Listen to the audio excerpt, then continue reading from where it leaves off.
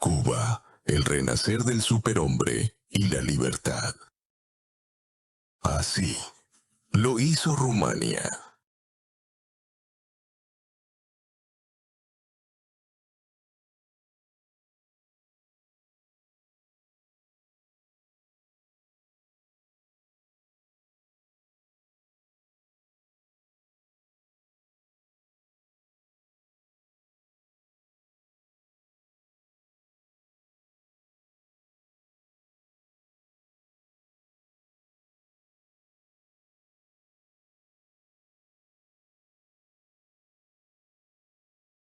Bucarest, diciembre de 1989.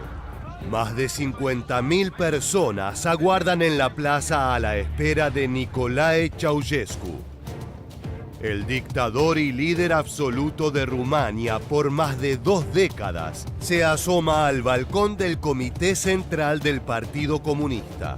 Cree que dará otro discurso triunfal, pero el pueblo ha despertado. Acestei mari manifestări populare din București, considerând aceasta ca o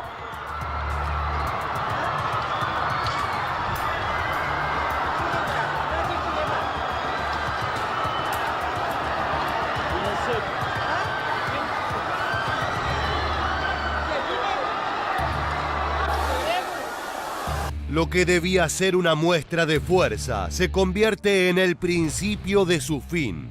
En solo unos días, el dictador que se creía intocable enfrentará el juicio más veloz y brutal de la Guerra Fría para luego ser ejecutado.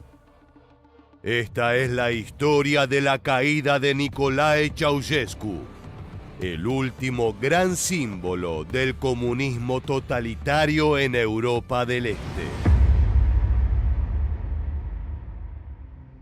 Es el 22 de diciembre de 1989. Por primera vez el pueblo ha dejado de fingir. Ceausescu, que pensó que tenía el control de la situación, se da cuenta de lo que sucede. Se ve en su rostro. La expresión de seguridad muta en desconcierto. Alza sus manos pidiendo calma, como si pudiera volver el tiempo atrás. Su esposa Elena, quien lo acompaña tras bambalinas, le grita mientras los guardaespaldas se mueven nerviosos. El caos ha comenzado y no se detendrá. Bucharest was a battleground in December 1989. Romanian army units had joined anti-communist protesters and fought running battles against forces loyal to the country's dictatorial president, Nicolae Ceausescu. The peaceful revolutions that had swept Eastern Europe had turned bloody. Durante más de 2 décadas, Nicolae Ceausescu gobernó con mano de hierro. Levantó un culto a su personalidad que lo equiparaba con dioses. Su imagen adornaba todas las paredes. Su voz dominaba todos los medios. Pero ese día, en esa plaza helada, algo cambió. El miedo desapareció y el dictador quedó expuesto ante un pueblo harto. Por primera vez fue retirado apresuradamente de aquel balcón, sin aplausos ni vitoreos, solo gritos, silbidos y el sonido ensordecedor de balas. Minutos después del colapso público, Ceausescu se encontraba en los pasillos del Comité Central, confundido, furioso y desorientado. Nadie lo miraba a los ojos. Los teléfonos sonaban sin parar y el rugido de las personas afuera era cada vez más ensordecedor. El edificio temblaba mientras la multitud se acercaba. Los muros de mármol que protegieron al dictador por años ahora parecían de papel. En el interior, todo el círculo del líder era consciente de que se había perdido el control. Tarde o temprano, esas paredes se convertirían en una trampa mortal. The it was too late. There was fighting throughout the night.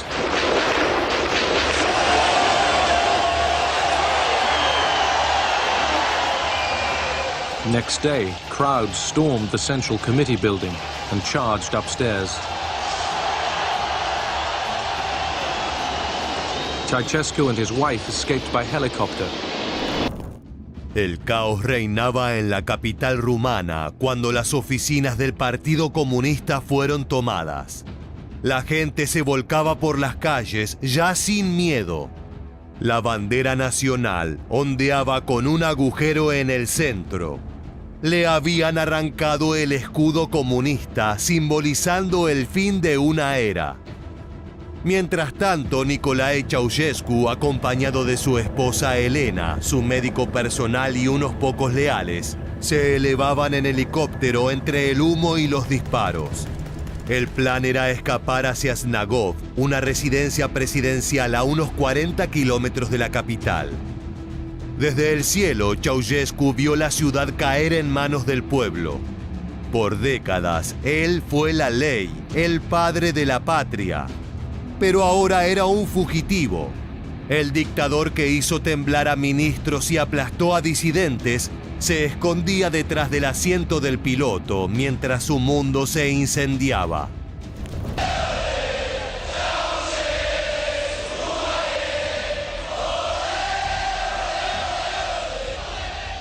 It was important to call on the whole population of Romania to get out on the streets so that they could paralyze the country.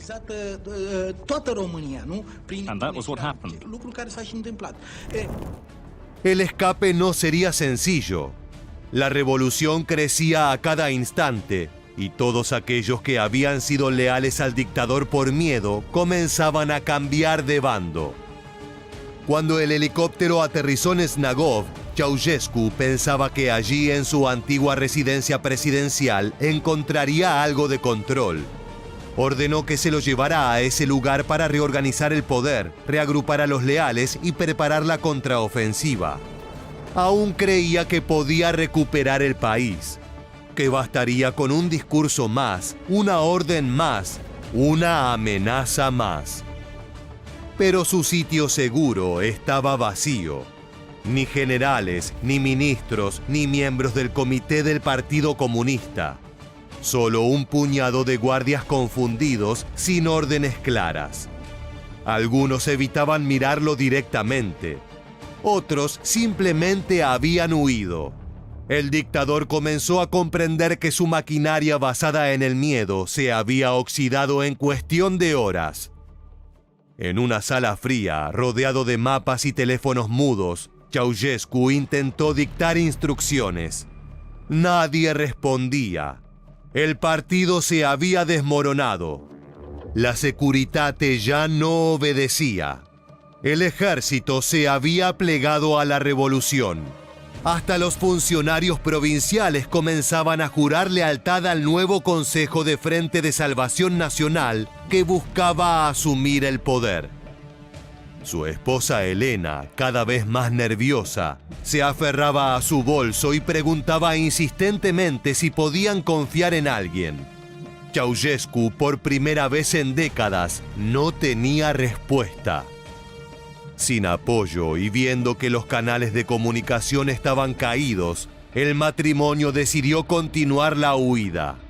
Subieron nuevamente al helicóptero y ordenaron al piloto que se dirigiera a la ciudad de Titu, donde esperaban encontrar una guarnición que los protegiera. No obstante, el final estaba cada vez más cerca. El hombre detrás del comando de la aeronave sabía que se estaba convirtiendo en cómplice del dictador en desgracia, y si era atrapado, debería responder en consecuencia. Además, los informes sobre el espacio aéreo eran alarmantes. El ejército abriría fuego contra cualquier unidad no identificada. Fue entonces que el piloto tomó una decisión y le dijo a Ceausescu que el helicóptero estaba sufriendo una falla técnica y debían descender. Así, el líder rumano quedó a la deriva cerca de la ciudad de Târgoviște. Allí pudo abordar un auto que pasaba por la ruta junto a ellos. Sin embargo, su suerte se terminó algunos kilómetros después, cuando las tropas rebeldes finalmente lo atraparon.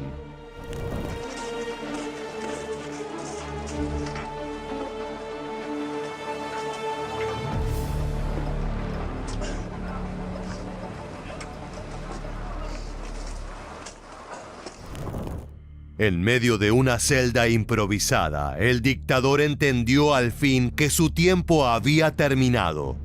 Ya no tenía país, partido ni mando. El hombre que había construido un régimen basado en el miedo, ahora se encontraba a merced de un pueblo al que no supo escuchar. Ahora bien, ¿qué fue lo que hizo Ceausescu para ganarse el odio de toda una nación? Para entender por qué miles lo perseguían por las calles y por qué su caída fue celebrada como una liberación, es necesario retroceder en el tiempo.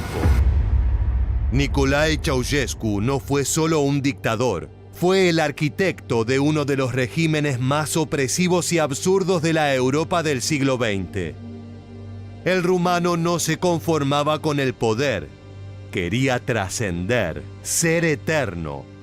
Y para ello construyó su figura como si se tratase de un dios viviente. Se autoproclamó genio de los Cárpatos, el Danubio del pensamiento, titán entre titanes, constructor del rumanismo científico, el hijo más amado del pueblo. Su rostro adornaba billetes, estampillas y murales. Los libros escolares enseñaban su biografía como si fuera un héroe mítico. En Rumania se desarrolló un culto sin límites sostenido por el miedo a las represalias. Pero eso no era todo. En los años 80, obsesionado con pagar la deuda externa, Ceausescu tomó una decisión fatal: exportar casi toda la producción agrícola y energética del país. El resultado: un pueblo abandonado y hambriento. Ceausescu impuso el racionamiento de la comida. Una persona podía comprar apenas unos cientos de gramos de carne al mes, si es que había. Las filas para pan duraban horas. Asimismo, se cortó la electricidad y se prohibió la calefacción en pleno invierno. En esa época en Rumania se vivía a oscuras, con frío y el estómago vacío. Y quien se opusiera o levantara la voz sufría las consecuencias. Desde que asumió el poder en 1965, construyó un sistema de vigilancia total. La piedra angular de su poder fue la Securitate, su temida policía secreta. Considerada una de las más brutales del bloque comunista, llegó a tener más de 700.000 informantes en todo el país. Vecinos, amigos, profesores, incluso familiares. Cualquiera podía ser un delator. La paranoia se volvió un estilo de vida. Una palabra mal dicha, una mirada sospechosa y podías desaparecer. Fue así como las cárceles del régimen se llenaron de disidentes, escritores e incluso sacerdotes. Pero la persecución de uno de estos últimos fue lo que llevó a la debacle a Ceausescu. We were living in fear. The whole population was deeply intimidated. In December 1989, the authorities ordered Tokash to be moved to a small church in a village. This was the spark for the revolution. As crowds gathered to protect him, and the authorities responded with brutal violence. Este pastor se pronunciaba en contra del régimen del dictador frente a sus feligreses y motivó una persecución que no fue bien recibida por la comunidad de Timișoara. Las calles se convirtieron en campos de batalla. La sangre derramada era un grito de libertad. La feroz opresión estaba siendo combatida a muerte. In Timișoara was out in street everybody. Soldiers shot to us, but I ran and I was lucky. And my colleague was shot in legs, 2 bullets. Another colleague, his wife died in his arms. She was shot. Las postales del horror se repetían una tras otra, pero el régimen de Ceausescu comenzaba a temblar y las masacres permitieron que el pueblo entendiera definitivamente que si no luchaban, morirían de hambre.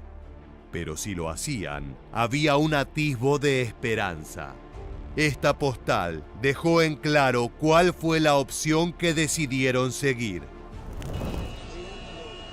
Timișoara, Romania.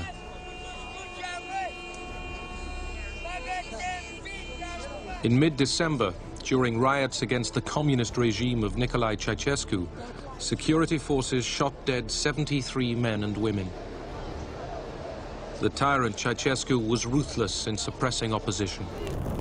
Luego de esto, ya no hubo marcha atrás. Ceausescu intentó dar su discurso para reordenar al pueblo, pero no fue escuchado y comenzó la odisea que acabó con el dictador y su esposa tras las rejas, listos para enfrentar su destino. Mientras en el resto del mundo se celebraba la Navidad en un cuartel militar destartalado bajo un silencio tenso, se escribía el capítulo final del régimen más oscuro en la historia moderna de Rumania.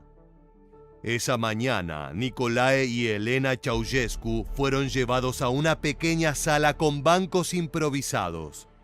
Frente a ellos, un tribunal militar. Un juicio que buscaba una sola cosa: justicia. Rápida, implacable e irreversible. Nu recunosc niciun tribunal în afară de Marea Adunare Națională. Marea Adunare Națională s-a desființat. Noul organ legal al puterii este altul. Lovitura este. Noi judecăm după noua lege adoptată de către Consiliul Frontului Salvării Naționale. La pareja aún no entendía la magnitud del abismo en el que se encontraban. Ceausescu insistía en que aún era el presidente legítimo de la República Socialista de Rumania. Se negaba a firmar cualquier documento. Gritaba que era víctima de un golpe de Estado. Elena, más desafiante, lo acompañaba en la negación. Insultaba a los jueces acusando a todos de traición. Los cargos formales fueron leídos: genocidio, subversión del Estado, destrucción de la economía nacional. Statul a refuzat timp de 25 de ani să poartă un dialog cu poporul, deși a vorbit în numele poporului, ca fiul cel mai iubit al poporului, în derâdere și-a bătut joc de acest popor. Ghidul care l-a făcut acest inculpat și această inculpată, jefuind poporul, își aroga dreptul de a vorbi în numele poporului. Nici astăzi nu vrea să vorbească. Este laș. Și la propriu și la figurat. El juicio fue rápido y conciso. Duró aproximadamente 1 hora. No hubo posibilidad de apelación. El veredicto: culpables. Sentencia: la muerte. Los Ceausescu se miraron aún incrédulos. Eso no parecía justicia, sino una ejecución. Y es que el país no pedía un juicio, pedía un cierre, pedía sangre, y la iba a tener. Los soldados los ataron para llevarlos afuera. El patio estaba húmedo. Un muro blanco los esperaba, marcado por la sombra de un improvisado pelotón. No hubo vendas, ni una última comida, ni ceremonias. Solo un deseo urgente de acabar con una era. Nicolae Ceausescu comenzó a cantar el himno comunista La Internacional con voz quebrada, como si al repetirlo pudiera volver al pasado, pero lo interrumpió una ráfaga.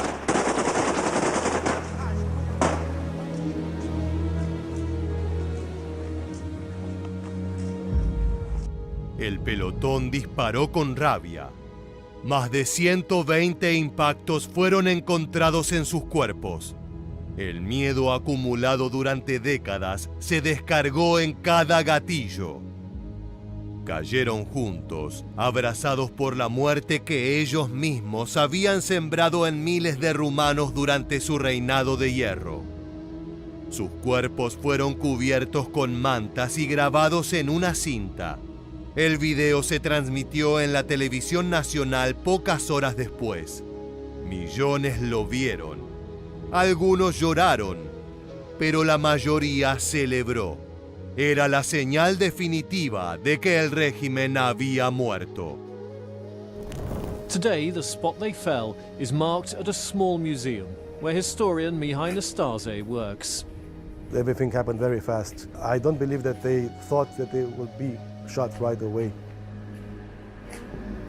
The wall is still riddled with bullet holes, the last traces of a hated dictator. The walls of Timișoara, where the revolution began, bear witness to his victims. La ejecución de Nicolae y Elena Ceausescu no fue solo el final de una dictadura. Fue el último estallido de la Guerra Fría en Europa del Este. Con ellos cayó el régimen comunista en Rumania, el único en la región derrocado con violencia y sangre. Días después, el Frente de Salvación Nacional tomó el control y en mayo de 1990, Rumania celebró sus primeras elecciones libres en más de 4 décadas. El país comenzaba su largo camino hacia la democracia. Pero el eco de Ceausescu no desapareció del todo. Sus ruinas aún pesan en la memoria colectiva. Su palacio gigantesco, hoy sede del Parlamento, sigue siendo un monumento incómodo a la megalomanía y el sufrimiento. Su caída fue el cierre de un siglo marcado por tiranos, y también la advertencia de lo que sucede cuando el poder se cree eterno. De esta manera llegamos al final. Si te gustó este video, te esperamos en nuestra próxima entrega para seguir conociendo la historia militar.